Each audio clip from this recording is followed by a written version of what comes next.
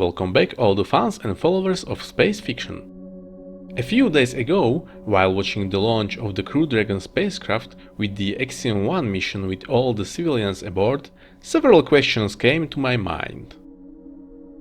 Can I find out the exact flight profile of both rocket stages? Do passengers somehow sense passing through the max Q?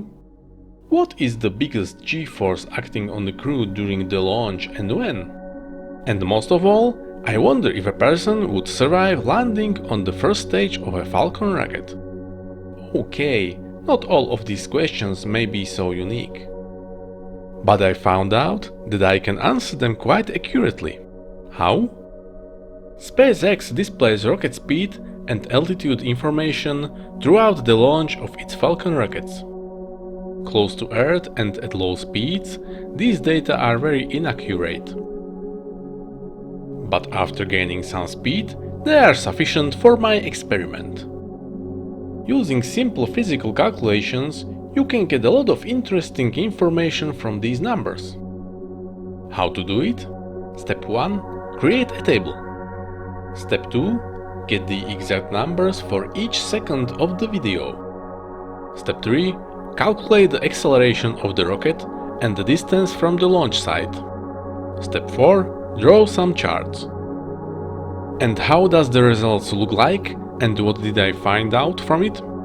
Let's take a look. If we have altitude and we can calculate the downrange distance to it, displaying the flight profile is no problem. So the launch of the spacecraft Axiom-1 looked exactly like this. But I assume that the launch profile is nothing new for you. So let's go on. Let's take a look at the G-force that is acting on the crew during the launch. The Falcon slows down acceleration before reaching supersonic speed. Before reaching the point of the maximum dynamic pressure, so-called max Q, only a very small force of less than 1 G acts on the crew. After overcoming the max Q, the Falcon rocket will start accelerating and the crew will start to feel this force too. The longer the rocket engine burns, the less fuel it has, the lighter it is, and the faster it accelerates. Shortly before the main engine cutoff, the crew can feel more than 2.5 G of G-force. This is still quite a pleasant and manageable force, even for a less experienced passenger. After MECO and before the start of the second stage, the crew feels a weightless state for a short period of time for the first time.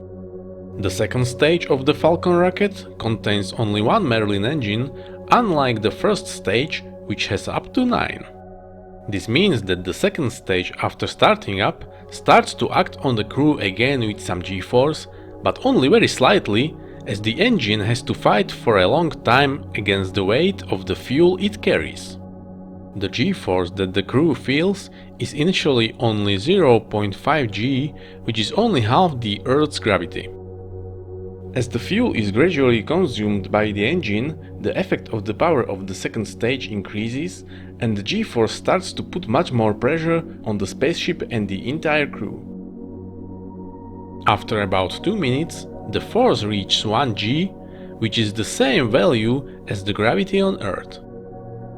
In about the next 2.5 minutes, the G-force is increased to the value of 2 Gs. And from that moment on, it all gets even worse. The second stage engine starts to gain a lot of power and the G-force is increased relatively quickly to 3 Gs. Before the spaceship reaches the orbit, the crew has to withstand a force of 4.5 Gs, which is no longer entirely pleasant. Of course, right after second engine cutoff, the crew can finally take rest and enjoy the weightlessness. And what about the first stage that lands on Earth? I have to admit, I always thought that without the crew and without the cargo, the rocket no longer has to pay attention to comfort and convenience. I assumed that the passenger on first stage would experience a rather wild ride and that he could faint or even die from that high forces during the landing. So how is it for real? During the Axiom-1 spacecraft mission, the first stage of the Falcon rocket landed in the Atlantic Ocean, which is certainly a less demanding route to the landing pad. So after disconnecting from the second stage, it does not have to change direction, and it just needs to check whether it is heading towards the floating platform. During this phase of flight, it is in the weightless state, the same as the astronauts on the space station. The landing of the Falcon rocket at sea consists of 3 challenging phases: entry burn, atmosphere re-entry and air braking, landing burn. During the entry burn, there is a really big deceleration of the first stage. The speed slows down by almost half. Nevertheless, the g-force does not reach more than 4.5 Gs. So exactly just like the Crew feels shortly before reaching orbit. Atmosphere re-entry and air braking will slow down the rocket even more.